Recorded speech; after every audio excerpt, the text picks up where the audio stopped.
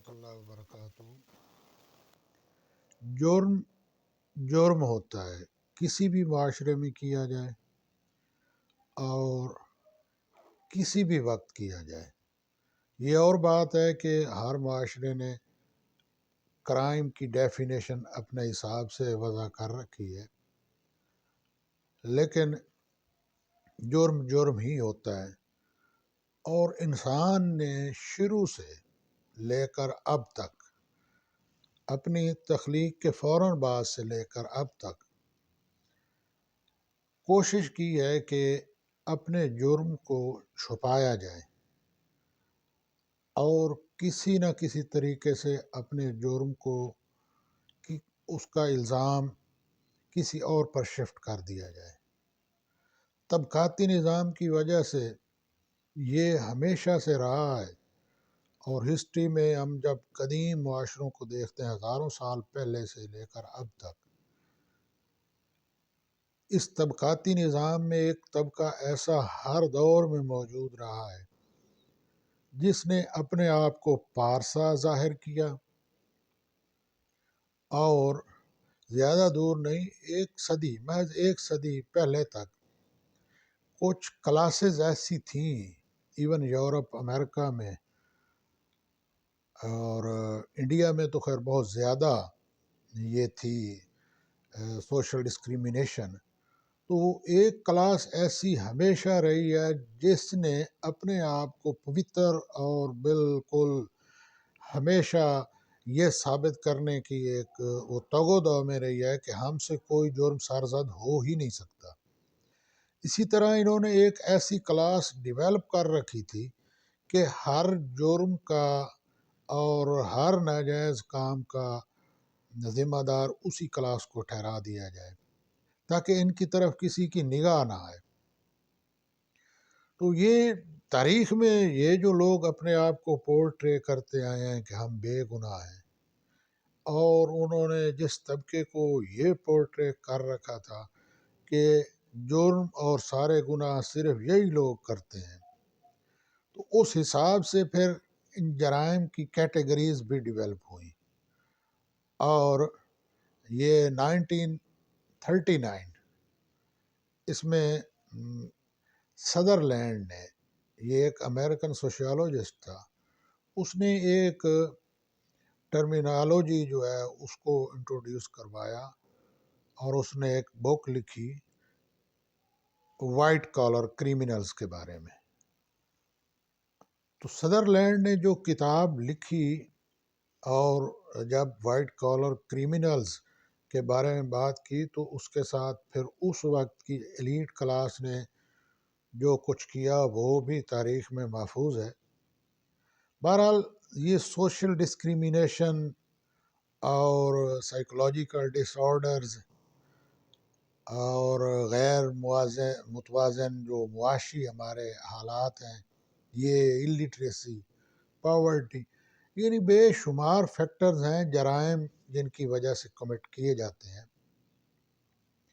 ہم بچپن سے یہ دیکھتے آ رہے ہیں کہ ایک لسٹ ہوتی ہے ہر پولیس اسٹیشن میں،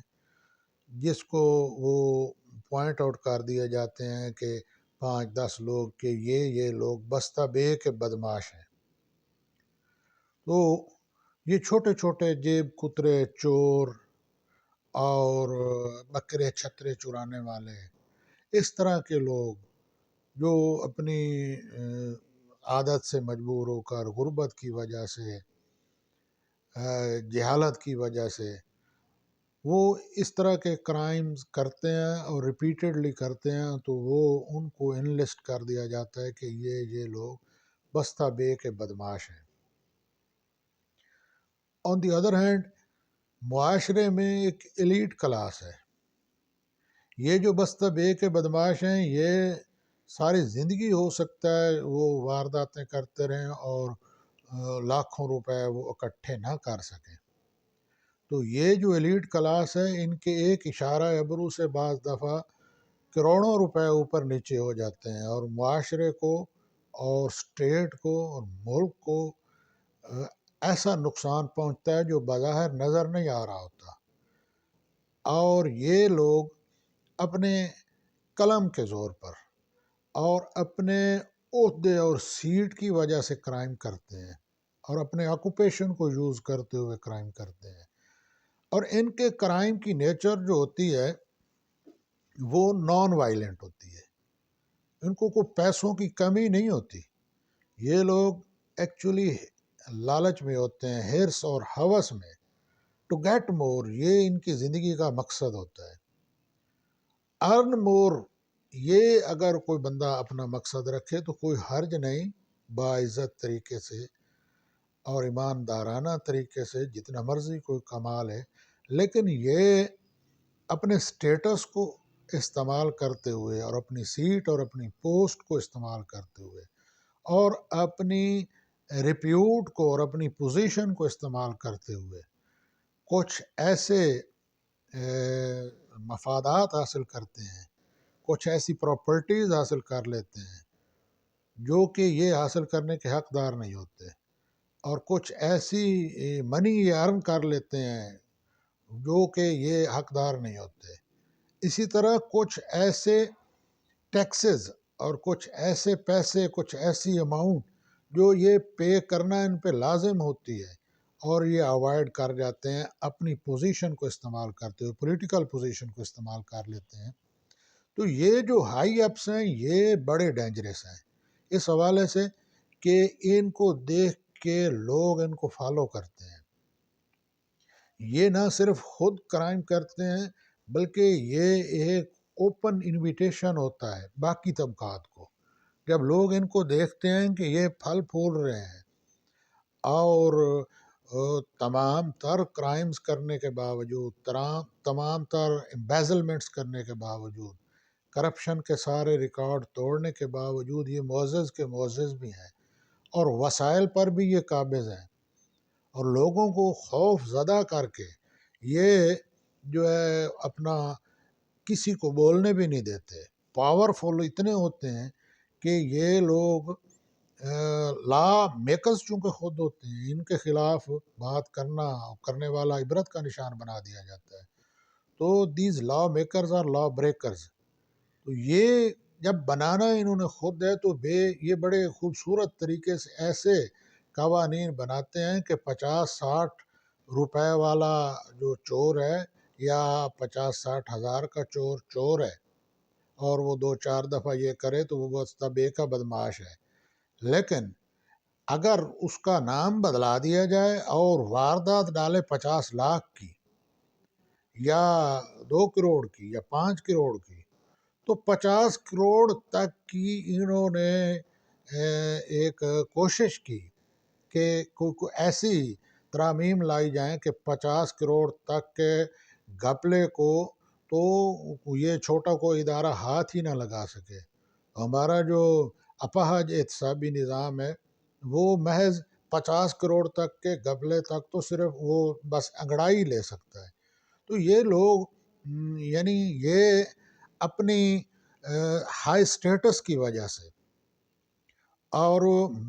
دوسرا یہ ہے کہ یہ کسی اسپیسیفک پرسن کے خلاف نہیں کرتے، یہ سوسائٹی کو برباد کرتے ہیں۔ تو ان کا اور نان وائلنٹ ہوتے ہیں، کوئی بندہ پرسنلی اس سے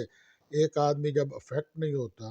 تو عام لوگ جو ہیں ان کو اویئرنیس نہیں ہے، تو یہ لوگ جو کہ اپنے during the course of occupation یہ ویل ریپیوٹڈ لوگ جو کاروائی کرتے ہیں فائنانشل کرائمز کی اور کارپوریٹ کرائمز کی، یہ